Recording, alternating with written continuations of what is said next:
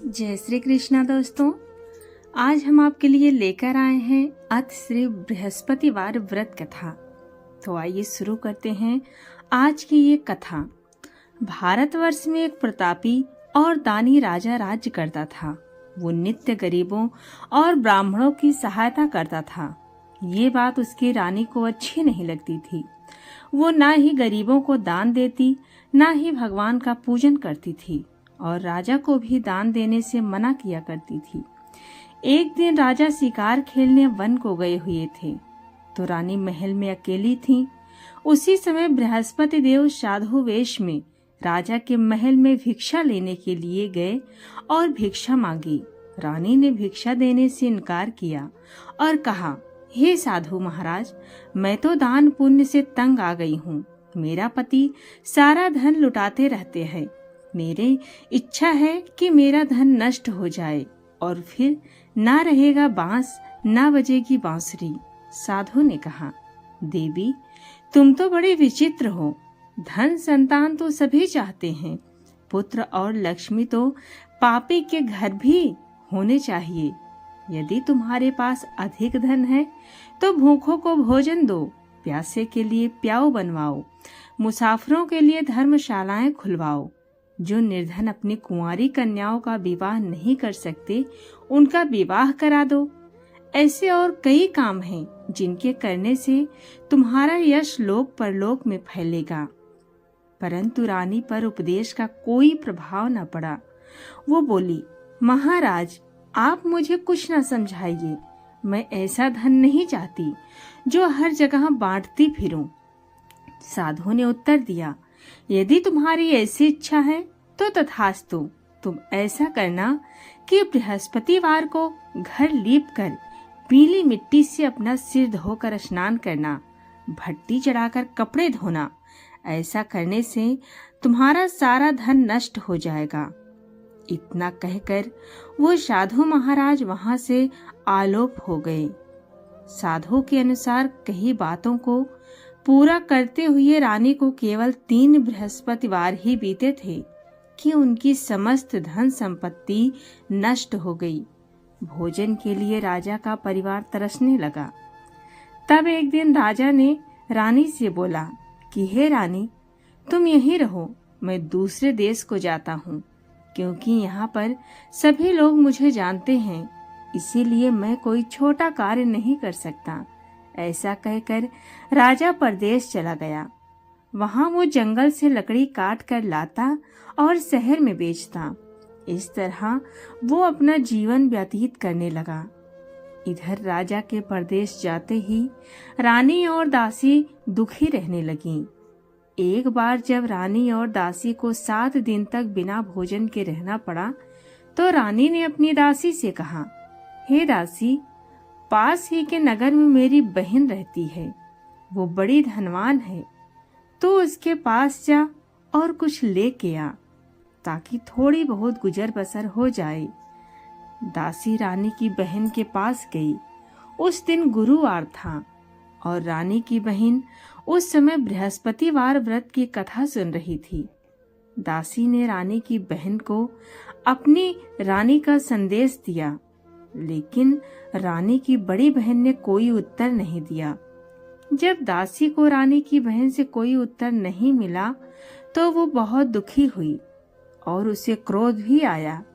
दासी ने वापस आकर रानी को सारी बात बता दी। सुनकर रानी ने अपना भाग्य को कोसा। उधर रानी की बहन ने सोचा कि मेरी बहन की दासी आई थी, परंतु मैं उससे नहीं बोली, इससे वो बहुत दुखी हुई होगी। कथा सुनकर और पूजन समाप्त करके वो अपनी बहन के घर आई और कहने लगी, हे बहन, मैं बृहस्पतिवार का व्रत कर रही थी। तुम्हारी दासी मेरे घर आई थी, परंतु जब तक कथा होती है तब तक ना तो उठते हैं और ना ही बोलते हैं, इसीलिए मैं नहीं बोली। कहो दासी, क्यों गई थी? रानी बोली, बहन, तुमसे क्या छिपाऊं, हमारे घर में खाने तक को अनाज नहीं था। ऐसा कहते कहते रानी की आंखें भर आई। उसने दासी समेत पिछले 7 दिनों से भूखे रहने तक की बात अपनी बहन को विस्तार पूर्वक बता दी। रानी की बहन बोली, देखो बहन, भगवान बृहस्पति सबकी मनोकामना पूर्ण करते हैं। देखो, शायद तुम्हारे घर में अनाज रखा हो। पहले तो रानी को विश्वास नहीं हुआ, पर बहन के आग्रह करने पर उसने अपनी दासी को अंदर भेजा तो उसे सचमुच अनाज से भरा एक घड़ा मिल गया। ये देखकर दासी को बड़ी हैरानी हुई। दासी रानी से कहने लगी, हे रानी, जब हमको भोजन नहीं मिलता तो हम व्रत ही तो करते हैं, इसीलिए क्यों ना इनसे व्रत और कथा की विधि पूछ ली जाए ताकि हम भी व्रत कर सकें। तब रानी ने अपनी बहन से बृहस्पतिवार व्रत के बारे में पूछा। उसकी बहन ने बताया, बृहस्पतिवार के व्रत में चने की दाल और मुनक्का से भगवान विष्णु का केले की जड़ में पूजन करें तथा दीपक जलाएं, व्रत कथा सुने और पीला भोजन ही करें। इससे बृहस्पति देव प्रसन्न होते हैं। व्रत और पूजन विधि बताकर रानी की बहन अपने घर को लौट गई। 7 दिन के बाद जब गुरुवार आया तो रानी और दासी ने व्रत रखा। गुड़साल में जाकर चना और गुड़ लेकर आई, फिर उससे केले की जड़ तथा विष्णु भगवान का पूजन किया। अब पीला भोजन कहाँ से आए, इस बात को लेकर दोनों बहुत दुखी थीं। चूंकि उन्होंने व्रत रखा था, इसीलिए बृहस्पति देव उनसे प्रसन्न थे। इसीलिए वे एक साधारण व्यक्ति का रूप धारण कर 2 थालों में सुंदर पीला भोजन दासी को दे गए। भोजन पाकर दासी अत्यंत प्रसन्न हुई और फिर रानी के साथ मिलकर भोजन ग्रहण किया। उसके बाद वे सभी गुरुवार को व्रत और पूजन करने लगी। बृहस्पति भगवान की कृपा से उनके पास फिर से धन संपत्ति आ गई, परंतु रानी फिर से पहले की तरह आलस्य करने लगी। तब दासी बोली, देखो रानी, तुम पहले भी इस प्रकार आलस्य करती थी। तुम्हें धन रखने में कष्ट होता था, इस कारण सभी धन नष्ट हो गया, और अब जब भगवान बृहस्पति की कृपा से धन मिला है तो तुम्हें फिर से आलस्य होता है। रानी को समझाते हुए दासी कहती है कि बड़ी मुसीबतों के बाद हमने ये धन पाया है, इसीलिए हमें दान पुण्य करना चाहिए, भूखे मनुष्यों को भोजन कराना चाहिए और धन को शुभ कार्यों में खर्च करना चाहिए, जिससे तुम्हारे कुल का यश बढ़ेगा, स्वर्ग की प्राप्ति होगी और पितृ प्रसन्न होंगे। दासी की बात मानकर रानी अपना धन शुभ कार्यों में खर्च करने लगी, जिससे पूरे नगर में उसका यश फैलने लगा। बृहस्पतिवार व्रत कथा के बाद श्रद्धा के साथ आरती की जानी चाहिए। इसके बाद प्रसाद बांटकर उसे ग्रहण करना चाहिए। एक दिन राजा दुखी होकर जंगल में एक पेड़ के नीचे आसन जमा कर बैठ गया। वो अपनी दशा को याद करके व्याकुल होने लगा। बृहस्पतिवार का दिन था। एकाएक उसने देखा कि निर्जन वन में एक साधु प्रकट हुए। वो साधु वेश में स्वयं बृहस्पति देवता थे। लकड़हारे के सामने आकर बोले, हे लकड़हारे, इस सुनसान जंगल में तू चिंता मग्न क्यों बैठा है? लकड़हारे ने दोनों हाथ जोड़कर प्रणाम किया और उत्तर दिया, महात्मा जी, आप सब कुछ जानते हैं, मैं क्या कहूँ। ये कहकर रोने लगा और साधु को अपनी आत्मकथा सुनाई। महात्मा जी ने कहा, तुम्हारी स्त्री ने बृहस्पति के दिन बृहस्पति भगवान का निरादर किया है, जिसके कारण रुष्ट होकर उन्होंने तुम्हारी ये दशा कर दी। अब तुम चिंता को दूर करके मेरे कहने पर चलो तो तुम्हारे सब कष्ट दूर हो जाएंगे और भगवान पहले से भी अधिक संपत्ति देंगे। तुम बृहस्पति के दिन कथा किया करो। 2 पैसे के चने मुनक्का लाकर उसका प्रसाद बनाओ और शुद्ध जल से लोटे में शक्कर मिलाकर अमृत तैयार करो। कथा के पश्चात अपने सारे परिवार और सुनने वाले प्रेमियों में अमृत व प्रसाद बांटकर आप भी ग्रहण करो। ऐसा करने से भगवान तुम्हारी सब मनोकामनाएं पूर्ण करेंगे। साधु के ऐसे वचन सुनकर लकड़हारा बोला, हे प्रभु, मुझे लकड़ी बेचकर इतना पैसा नहीं मिलता जिससे भोजन के उपरांत कुछ बचा सकूं। मैंने रात्रि में अपनी स्त्री को व्याकुल देखा है। मेरे पास कुछ भी नहीं जिससे मैं उसकी खबर मंगा सकूं। साधु ने कहा, हे लकड़हारे, तुम किसी बात की चिंता मत करो। बृहस्पति के दिन तुम रोजाना की तरह लकड़ियां लेकर शहर को जाओ। तुमको रोज से दुगना धन प्राप्त होगा, जिससे तुम भली भांति भोजन कर लोगे तथा बृहस्पति देव की पूजा का सामान भी आ जाएगा। इतना कहकर साधु अंतर ध्यान हो गया। धीरे धीरे समय व्यतीत होने पर फिर वही बृहस्पतिवार का दिन आया। लकड़हारा जंगल से लकड़ी काट कर किसी शहर में बेचने गया। उसे उस दिन और दिन से अधिक पैसा मिला। राजा ने चना गुड़ आदि लाकर गुरुवार का व्रत किया। उस दिन से उसके सभी क्लेश दूर हुए। परंतु जब दोबारा गुरुवार का दिन आया तो बृहस्पति का व्रत करना भूल गया। इस कारण बृहस्पति भगवान नाराज हो गए। उस दिन उस नगर के राजा ने विशाल यज्ञ का आयोजन किया तथा शहर में ये घोषणा करा दी कि कोई भी मनुष्य अपने घर में भोजन ना बनावे, ना आग जलावे। समस्त जनता मेरे यहाँ भोजन करने आवे। इस आज्ञा को जो मानेगा उसे फांसी की सजा दी जाएगी, जो न मानेगा उसे फांसी की सजा दी जाएगी। इस तरह की घोषणा संपूर्ण नगर में करवा दी गई। राजा की आज्ञानुसार शहर के सभी लोग भोजन करने गए, लेकिन लकड़हारा कुछ देर से पहुंचा। इसीलिए राजा उसको अपने साथ घर लिवा ले गए और ले जाकर भोजन करा रहे थे तो रानी की दृष्टि उस खूंटी पर पड़ी जिस पर उसका हार लटका हुआ था। वो वहां पर दिखाई नहीं दिया। रानी ने निश्चय किया कि मेरा हार इस मनुष्य ने चुरा लिया। उसी समय सिपाहियों को बुलाकर उसको कारागार में डलवा दिया। जब लकड़हारा कारागार में पड़ गया और बहुत दुखी होकर विचार करने लगा कि न जाने कौन से पूर्व जन्म में कर्म से मुझे ये दुख प्राप्त हुआ है, और उसी साधु को याद करने लगा जो कि जंगल में मिला था। उसी समय तत्काल बृहस्पति देव साधु के रूप में प्रकट हुए और उसकी दशा को देखकर कहने लगे, अरे मूर्ख, तूने बृहस्पति देव की कथा नहीं करी, इस कारण तुझे दुख प्राप्त हुआ है। अब चिंता मत कर। बृहस्पतिवार के दिन कारागार के दरवाजे पर 4 पैसे पड़े मिलेंगे। उनसे तो बृहस्पति देव की पूजा करना, तेरे सभी कष्ट दूर हो जाएंगे। बृहस्पति के दिन उसे 4 पैसे मिले। लकड़हारे ने कथा कही। उसी रात्रि को बृहस्पति देव ने उस नगर के राजा को स्वप्न में कहा, हे राजा, तुमने जिस आदमी को कारागार में बंद किया है वो निर्दोष है, वो राजा है, उसे छोड़ देना। रानी का हार उसी खूंटी पर लटका है। अगर तू ऐसा नहीं करेगा तो मैं तेरे राज्य को नष्ट कर दूंगा।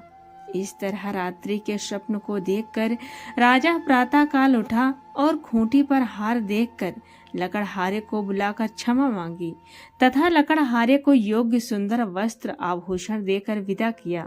बृहस्पति देव की आज्ञानुसार लकड़हारा अपने नगर को चल दिया। राजा जब अपने नगर के निकट पहुंचा तो उसे बड़ा आश्चर्य हुआ। नगर में पहले से अधिक बाग, तालाब, कुएं तथा बहुत सी धर्मशाला, मंदिर आदि बन गई है। राजा ने पूछा, ये किसका बाग और धर्मशाला है? तब नगर के सब लोग कहने लगे, ये सब रानी और बांदी के हैं। तो राजा को आश्चर्य हुआ और गुस्सा भी आया। जब रानी ने ये खबर सुनी कि राजा आ रहे हैं तो उन्होंने बांदी से कहा कि हे दासी, देख राजा हमको कितनी बुरी हालत में छोड़ के गए थे। हमारी ऐसी हालत देखकर वो लौट न जाएं, इसीलिए तू दरवाजे पर खड़ी हो जा। आज्ञानुसार दासी दरवाजे पर खड़ी हो गई। राजा आए तो उन्हें अपने साथ लिवा लाई। तब राजा ने क्रोध करके अपनी रानी से पूछा कि ये धन तुम्हें कैसे प्राप्त हुआ?